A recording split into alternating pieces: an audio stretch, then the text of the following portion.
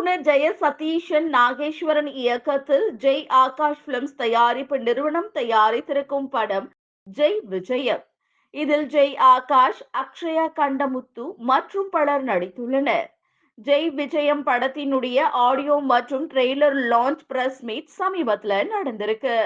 ஜெய் ஆகாஷ் அண்ணா இப்போ இல்லை, எங்களுடைய அறிமுகம் வந்து ஒரு 15 வருஷத்துக்கு முன்னாடியே தெலுங்கில் ஒரு படம் பண்ணும்போது ஹார்ட் பீட் ஸ்வீட் ஹார்ட் அந்த படத்தில் வந்து தெலுங்கில் ஒரு குணச்சித்திர கதாபாத்திரத்தை அது அவ்வளோ சூப்பராக இருக்கும். அதில் வந்து இன்ட்ரடியூஸ் பண்ணி நாங்கள் அதில் நடித்தோம். எனக்கு அந்த படத்தில் ரொம்ப நல்ல பேர்.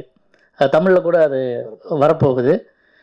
ரொம்ப சிறப்பான கேரக்டர். எனக்கே வந்து வேறு மாதிரி என்ன காதல் படத்தில் வந்து ஒரு காமெடினாக தெரிஞ்ச என்னையை வந்து வேறு மாதிரி பார்த்த மாதிரி ஒரு விஷயம் அதில் இருக்குது. அதுக்கப்புறம் என்ன படம் பண்ணாலும் இப்போ யாரை பயன்படுத்தினாங்களோ அவங்க டேலண்ட் இருந்துச்சுன்னா அவங்க வர்ற வரைக்கும் விடவே மாட்டார். திரும்ப திரும்ப கூப்பிட்டு வாய்ப்பு தரக்கூடிய ஒரே ஒரு தயாரிப்பாளர் நடிகர்னு பார்த்தா எனக்கு தெரிஞ்சு ஜெய்யாசங்கரன் மட்டும்தான். அதை அவர் சொல்கிறார், எனக்கு நிறைய பேர் ஃபேன்ஸ் கிளப் இருக்குன்னு. அப்படியே எங்கள் மாதிரி ஒரு ஆர்டிஸ்ட் கிளப்பையும் உருவாக்கியிருங்க. திரும்ப திரும்ப எங்கள் மாதிரி நடிகர்களுக்கெல்லாம் வாய்ப்பு கிடச்சிட்டே இருக்கும். உண்மையே சொல்கிறேன்.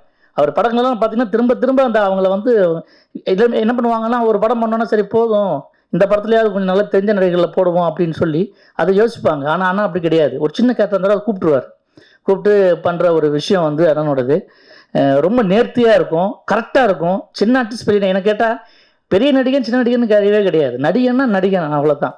அதுக்கு யார் ஃபேன்ஸ் இருக்காங்க இல்லையா? அண்ணா அருமையாக சொன்னார். கே ராஜன் அண்ணன் சூப்பராக சொன்னாங்க ரசிகர்களை எந்த அளவுக்கு மதிக்கணும்னு.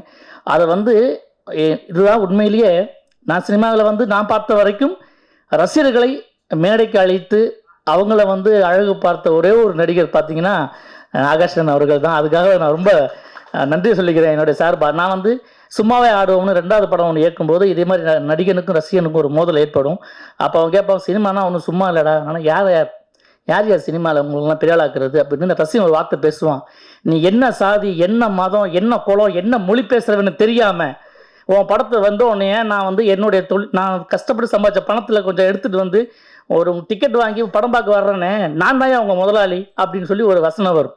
ஸோ ரசிகர்கள் இல்லைன்னா இன்றைக்கி சத்தியமாக சினிமா இல்லை, இந்த திரையுலகமே கிடையாது அப்படின்னு தான் நான் சொல்லுவேன். ரொம்ப அருமையாக அந்த கருத்தை சூப்பராக தெளிவாக புரிய வச்சார் அண்ணன் கே ராஜன் அவர்களுக்கு. எப்போவுமே அவங்க ஒரு விஷயத்த தெளிவாக அழகாக சொல்லுவாங்க. ஆரம்பத்தில் அண்ணன் சொன்னார், அது பாசிட்டிவிட்டியாக இருக்கிறவங்க மட்டும்தான் நான் வந்து கூப்பிடணும்னு நினைப்பேன். ஏன்னா அது வந்து எனக்கு தேவை. அப்படி நான் எப்படி இருக்கணும் அப்படி தான் என்னை பிரதிபலிக்கணும்.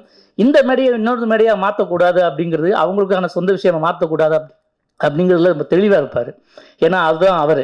நான் அதான் சொல்லுவேன், அந்த விஷயத்தில் வந்து எப்போவுமே வந்து உறுதியாக இருக்கணும் அப்படின்னு சொல்லி அவர் பாசிட்டிவிட்டி தான் இன்றைக்கி இந்த அளவுக்கு விஷயங்கள்லாம் வந்திருக்கிறதுக்கு காரணமே.